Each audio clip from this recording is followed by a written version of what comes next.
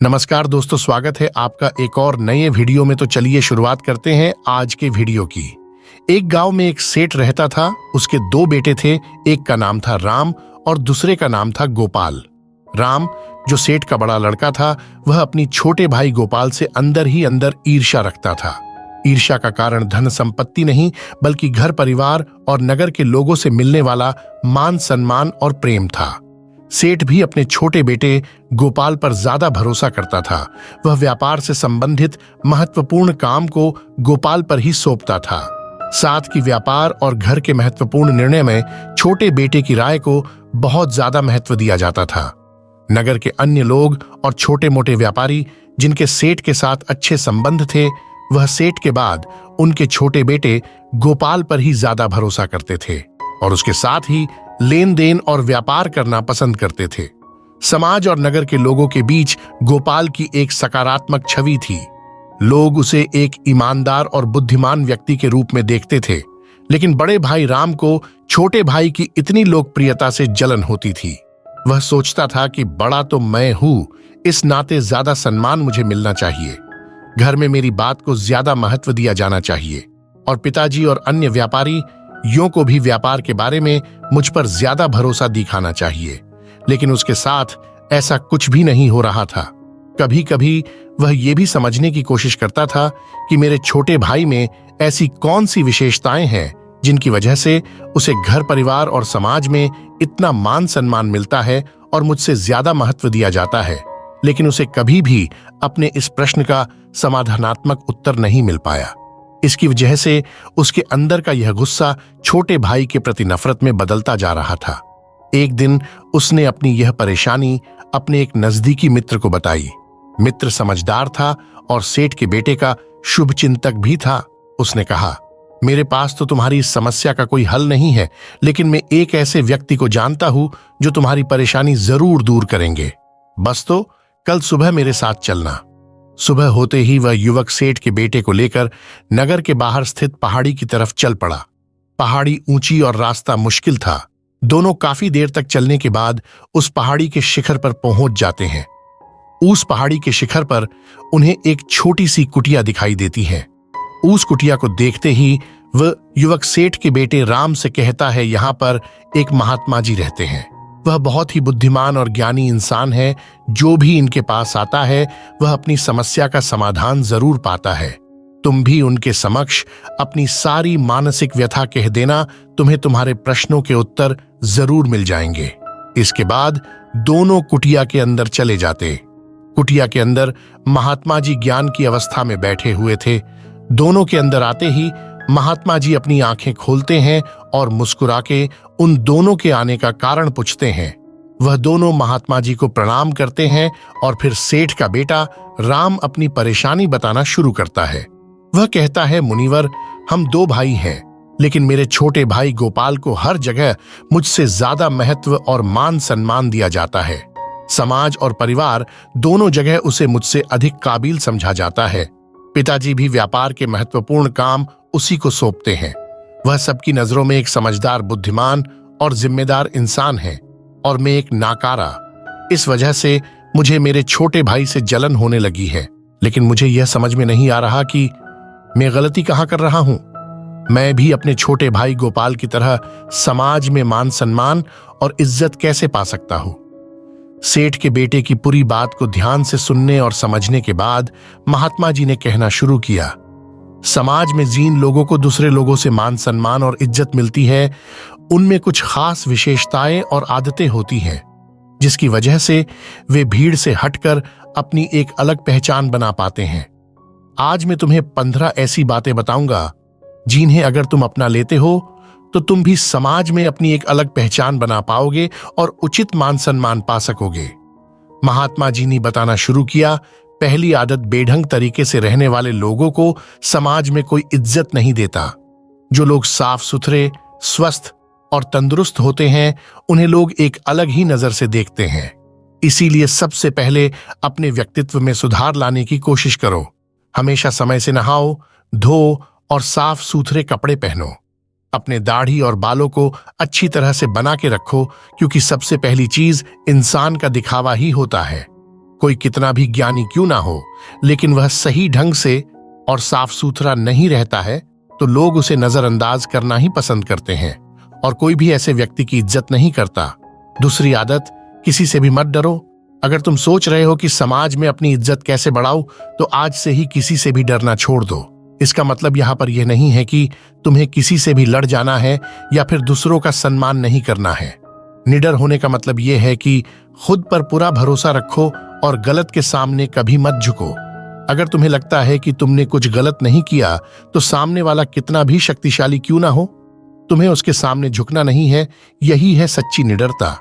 यहाँ निडरता का दूसरा अर्थ यह भी है कि तुम्हें अपने भविष्य को लेकर डरना बंद कर देना है, क्योंकि कोई भी इंसान ऐसे व्यक्ति को गंभीरता से नहीं लेता जो हमेशा अपने भविष्य को लेकर डरा हुआ रहता है। भविष्य के बारे में योजना बनाना और उस पर चिंतन करना ठीक है, लेकिन भविष्य के बारे में हमेशा चिंता कर कर डरा हुआ रहना व्यक्ति को मानसिक रूप से कमजोर बनता है और मानसिक रूप से कमजोर व्यक्ति की इज्जत कोई भी नहीं करता।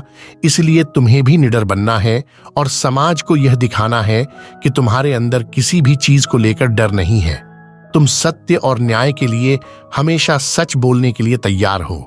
खुद को मजबूत दिखाओगे तो अपने आप को ज्यादा सम्मान दिलवा पाओगे।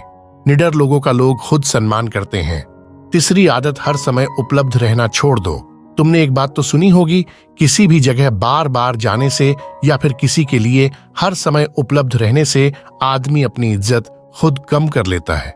ऐसी स्थिति में लोगों की नजरों में हमारा महत्व कम हो जाता है और वह ये सोचने लगते हैं कि अरे उसे कभी भी बुला लो या फिर उसे बुलाने की जरूरत ही नहीं है, वह तो अपने आप ही आ जाएगा। मतलब कि ऐसी स्थिति में कोई भी व्यक्ति हमें गंभीरता से नहीं लेता।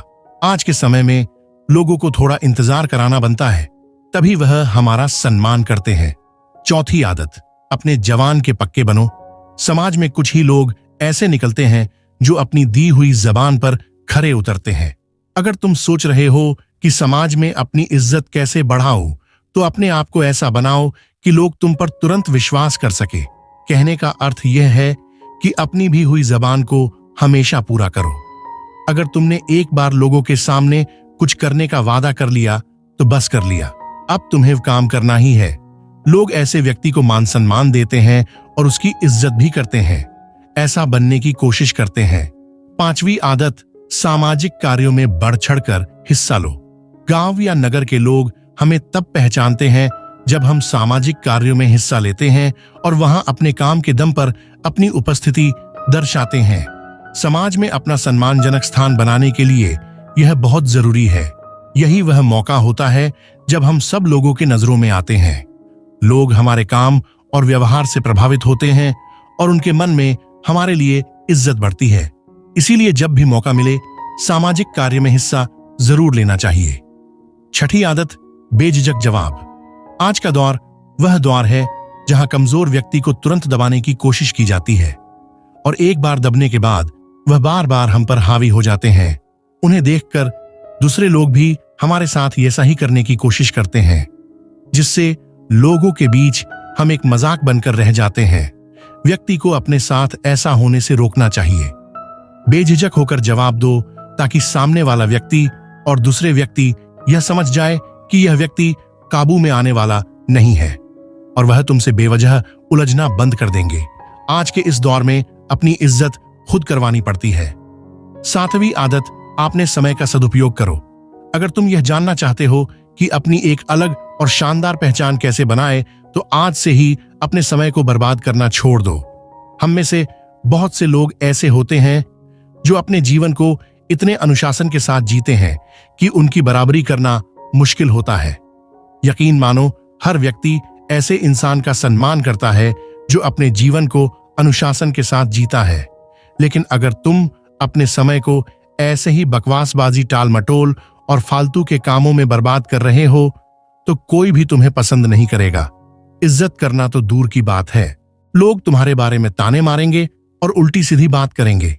इसीलिए अपने खाली समय में भी कोई ऐसा काम करो जिससे तुम्हें नहीं तो किसी और का कोई ना कोई फायदा हो। आठवीं बात, किसी एक क्षेत्र में सफल हो जाओ। अगर तुम किसी भी एक क्षेत्र में सफल हो जाते हो तो लोग अपने आप तुम्हारी इज्जत करने लगेंगे, क्योंकि आज के जमाने में लोग सिर्फ सफल लोगों की ही इज्जत करते हैं। तुम कितने भी बुद्धिमान और ज्ञानी क्यों ना हो, अगर तुम सफल नहीं हो, तुम्हारे पास कोई अच्छा काम या फिर व्यापार नहीं है, तो लोग तुम्हें पूछेंगे तक नहीं। इंसान को सबसे पहले सब कुछ भूलकर अपने काम पर ध्यान देना चाहिए, क्योंकि जैसे ही तुम सफल हो जाओगे, लोग तुम्हें अपने आप सम्मान देने लगेंगे। 9वीं, अपने हुनर और गुणों को लोगों के सामने आने दो। कुछ लोग तो हर समय सोचते रहेंगे कि समाज में अपनी इज्जत कैसे बढ़ाए, लेकिन उसके लिए जो जरूरी कदम है वो नहीं उठाएंगे। समाज में लोग इज्जत करते हैं हुनर की, काबिलियत की, अच्छे व्यवहार की, न कि किसी आलसी इंसान की। समाज में इज्जत पाने के लिए तुम्हें अपने अंदर छुपे हुए हुनर को लोगों को दिखाना होगा। कभी लोग तुम्हें खास समझेंगे और तुम्हारी एक अलग पहचान बनेगी। इसीलिए तुम्हारे अंदर जितने भी अच्छे गुण और हुनर है, उन्हें लोगों के सामने आने दो, तभी तुम्हारी इज्जत होगी। 10वीं आदत, दूसरों से ज्यादा ज्ञान और जानकारी हासिल करो। अगर तुम अपने गांव या नगर में सबसे ज्यादा सम्मान पाना चाहते हो, तो तुम्हें औरों के मुकाबले ज्यादा ज्ञान हासिल करना होगा, जानकारी हासिल करनी होगी, खुद को जागरूक रखना होगा, क्योंकि जब तुम बोलो तो लोग तुम्हारी बातों को ध्यान लगाकर सुने। इसके लिए तुम किताबें पढ़ सकते हो या फिर जानकार लोगों से वार्तालाप कर सकते हो। जो व्यक्ति जितना ज्ञानी होता है, लोग उसे उतना ही पसंद करते हैं और उसकी इज्जत भी करते हैं। 11वीं आदत, थोड़ा सा धन अपने सुख सुविधा पर भी खर्च करो। समाज के कुछ लोग सिर्फ दिखावे को ही महत्व देते हैं।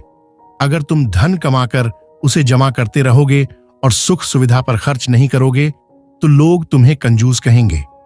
ऐसे में तुम्हारी इज्जत करना तो दूर, लोग कंजूस कहकर तुम्हारा मजाक उड़ाएंगे। अगर तुम्हारे पास धन है तो कंजूसी करना ठीक नहीं है। तुम अपने धन से कुछ ऐसा काम करो, कुछ ऐसी चीजें खरीदो जिससे तुम लोगों का ध्यान अपनी तरफ आकर्षित कर सकते हो। अगर लोगों को लगेगा कि तुम सच में अपना जीवन प्रसन्नता से जी रहे हो, तो लोग तुम्हारे प्रशंसक बन जाएंगे। 12वीं आदत, महिलाओं की इज्जत करो। समाज में महिलाओं का एक विशेष स्थान होता है। अगर तुम जानना चाहते हो कि समाज में अपनी एक सकारात्मक छवि कैसे बनाए, तो महिलाओं का सम्मान करना सीखो। याद रखो, महिलाओं द्वारा किया गया प्रचार बहुत ही जल्द आसपास के क्षेत्रों में फैल जाता है। अगर तुम महिलाओं की इज्जत करोगे, तो तुम्हारे क्षेत्र में बात फैलेगी कि तुम सच में एक अच्छे और सम्मानित व्यक्ति हो। अगर तुम महिलाओं के नजर में गिर गई, तो समाज में अपनी इज्जत बढ़ाने के बारे में सोचना भी मत, क्योंकि यह काम लगभग असंभव हो जाएगा। 13वीं आदत, अपनी कमजोरी किसी को मत बताओ। एक मजबूत इंसान वह होता है जो अपने दुख को अकेला लेकर चलता है, लेकिन अपनी खुशियों को सबके साथ बांटता है। ऐसा इंसान वास्तव में सम्मान का हकदार होता है, क्योंकि यह एक खासियत है जो हर एक व्यक्ति में नहीं होती। आजकल लोग दूसरों की कमजोरी पकड़ने की ताक में लगे रहते हैं, ताकि उन्हें घेरा जा सके और लोगों के बीच उनकी खिल्ली उड़ाई जा सके। इसीलिए तुम्हें यह ध्यान रखना है कि अपनी कमजोरी और गुप्त बातों को खुद तक ही सीमित रखो, अन्यथा लोग तुम्हारी उसी कमजोरी को निशाना बनाएंगे। 14वीं आदत, कुछ अलग करके दिखाओ। इज्जत बढ़ाने की तरीके तो कई है, लेकिन यह एक ऐसा तरीका है जो एक झटके में तुम्हारी पहचान को 4 चांद लगा सकता है। साधारण जीवन तो सभी लोग जीते हैं और ज्यादातर लोग खुद के लिए ही जीते हैं। तुम कुछ ऐसा काम करो जिससे तुम्हें लोग याद रखें। तुम किसी भी क्षेत्र में अपने गांव या नगर का नाम रोशन करो, या फिर धर्म का कोई ऐसा काम करो जिससे गरीब लोगों को लंबे समय तक फायदा मिले। 15वीं आदत, सबके साथ प्यार से रहो। इज्जत उसी व्यक्ति की होती है जो खुद दूसरे व्यक्तियों की इज्जत करता है। अगर तुम लोगों के साथ लड़ाई झगड़ा करते हो, अपशब्द बोलते हो, गलत व्यवहार करते हो, तो समाज में तुम्हारी छवि खराब होगी और कोई भी तुम्हारा सम्मान नहीं करेगा। अच्छा व्यवहार एक बहुत बड़ी चीज होती है जो एक गरीब और अनपढ़ व्यक्ति को भी इज्जत दिलाती है। चाहे कोई छोटा हो या बड़ा, अमीर हो या गरीब, सबके साथ प्रेम से बात करो। उनके साथ जब भी समय बीताओ, हंसते मुस्कुराते रहो। इस तरह से हर छोटा बड़ा व्यक्ति तुम्हारे व्यवहार से प्रभावित होकर तुम्हारा सम्मान करेगा। अगर तुम इन 15 बातों को अपने जीवन में उतारते हो, तो निश्चित रूप से लोग तुम्हें पसंद करेंगे, तुम्हें सम्मान और इज्जत देंगे। एक आखिरी बात, तुम्हें अपने छोटे भाई गोपाल से ईर्ष्या करने के बजाय उससे सीखने का प्रयास करना चाहिए। यह जानने का प्रयास करना चाहिए कि उसके अंदर ऐसी कौन सी आदतें हैं जिसकी वजह से लोग उसे इतना पसंद करते हैं, उसे इतना सम्मान देते हैं, तुमसे ज्यादा जिम्मेदार समझते हैं। इतना कहकर महात्मा जी ने अपनी बात खत्म कर दी। सेठ के बेटे ने अपने छोटे भाई से ईर्ष्या वाली बात पर महात्मा जी से क्षमा मांगी और इन 15 आदतों को अपने जीवन में अपनाने का वचन देकर वहां से चला गया। दोस्तों, मुझे उम्मीद है कि आपको यह वीडियो पसंद आई होगी और इस वीडियो से आपको बहुत कुछ सीखने को मिला होगा। वीडियो में अंत तक बने रहने के लिए आपका बहुत बहुत धन्यवाद। हमारा वीडियो अगर आपको अच्छा लगा हो तो हमारे चैनल को लाइक, सब्सक्राइब और शेयर करना ना भूले। धन्यवाद।